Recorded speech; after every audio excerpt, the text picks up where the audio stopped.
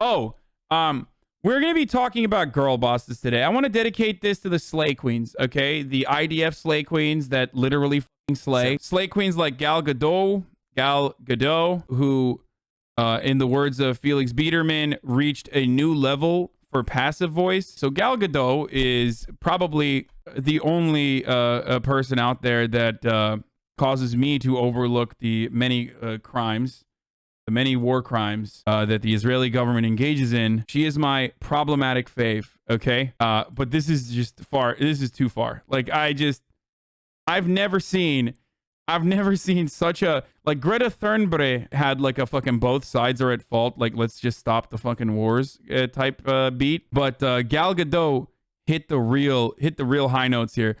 She says, "My heart breaks. My country is at war. I worry for my family, my friends. I worry for my people. This is a vicious cycle that has been going on for far too long. Israel deserves to live as a free and safe nation. Our neighbors deserve the same. I pray for the victims." First of all, I just got to say something, okay? Tell me you're a colonizer without telling me you're a colonizer, okay?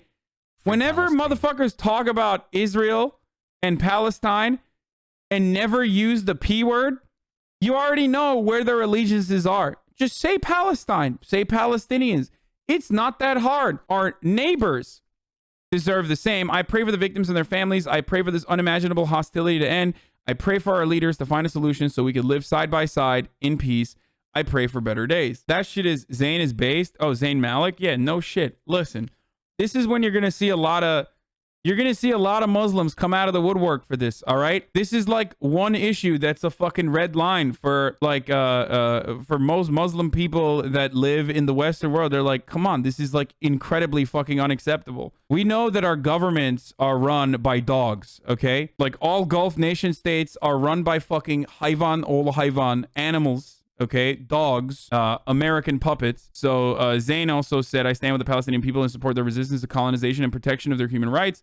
My heart aches for the families who have lost loved ones. We cannot stand silent witnesses to children being orphaned and murdered and not demand for the human rights of all Palestinians. This must end. Free Palestine." Okay, Bella Hadid is also Palestinian too. The Hadids are, I think, Palestinian, of Palestinian descent. So this is like this infographic has been going around as well. Bella Hadid posted this shit.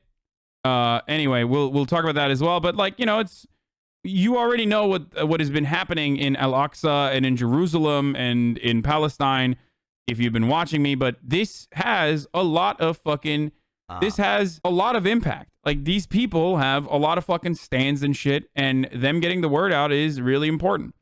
Like, I can only do so much to educate people as much as I possibly can. But these people have a much larger audience of normies. Like, they have normie penetration. We already know all the details, but you know, they both posted this. On May 7th to 10th, Israeli forces stormed Al-Aqsa Mosque in Jerusalem and unleashed tear gas and stun grenades and rubber tip bullets on Palestinian worshippers. The violence took place during the final days of Ramadan, which is the holiest month for Muslims. For those of you who don't know, Al-Aqsa Mosque is the third holiest site for Muslims. Like, I'm not gonna joke about this, but like, I said this as well. I said, like, I've talked about Al-Aqsa's importance in the Islamic world, but like, this does seem kind of weird because it's like, it's the third holiest site. It's like, damn, bro, you guys are really, we're all really disrespecting Al-Aqsa. You know what I mean? Imagine not being the fucking second most holy site or the first most holy site. Obviously, it's fucking Kaaba, Mecca.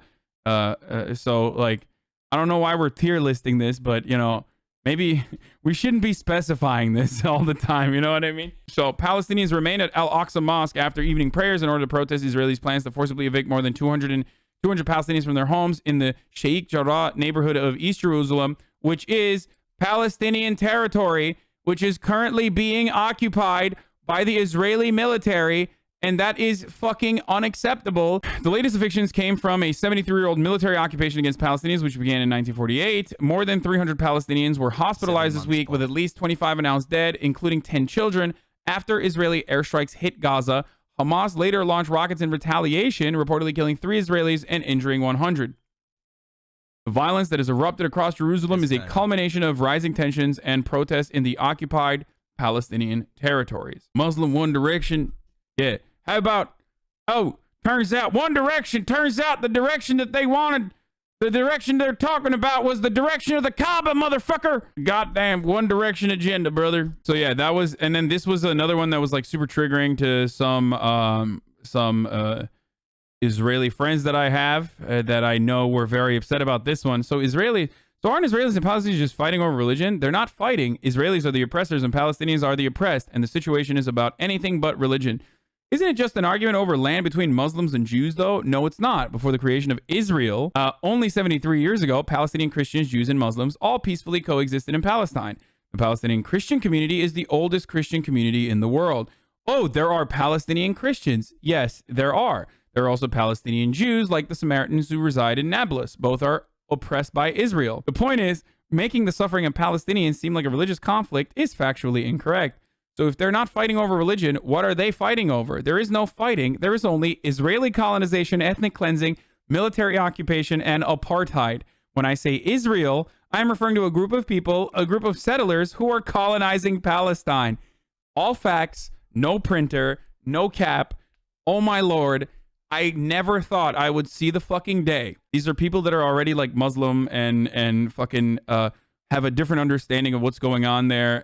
But ultimately, I never thought I would see the day where so many fucking people in the Western world would have access and see what is actually fucking going on in Palestine and has been going on for such a long time. Is this the correct take? Yes. I'm getting sidetracked.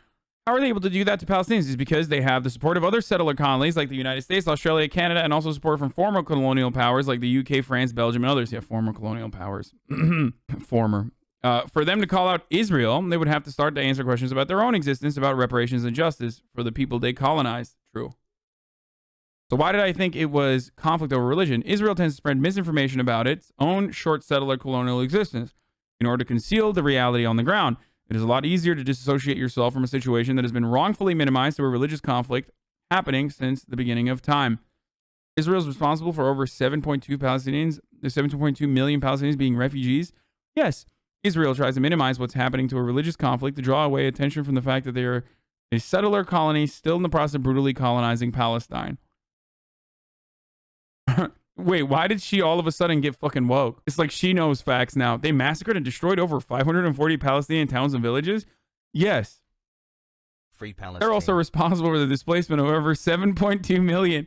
I think she fucked up the the order. Of over 7.2 million Palestinian refugees and deny them their legal right to return, saying it's a religious conflict denies Palestinians their right to liberation, freedom, and justice. This feels exactly like what happened during the George Floyd protests. For the first time in my life, I saw a majority of people actually come to terms with why Black Lives Matter was important 7 months of as a movement, and how police brutality disproportionately targeted black people, and that these people that were protesting police brutality were actually protesting police brutality for legitimate reasons. Having said that, we know what the fuck happened in the aftermath of BLM. It's not like, it's not like we eliminated police brutality in America, but it is crazy to see that this level of support, this level of solidarity for the people of Palestine, for Palestinian people, is being seen by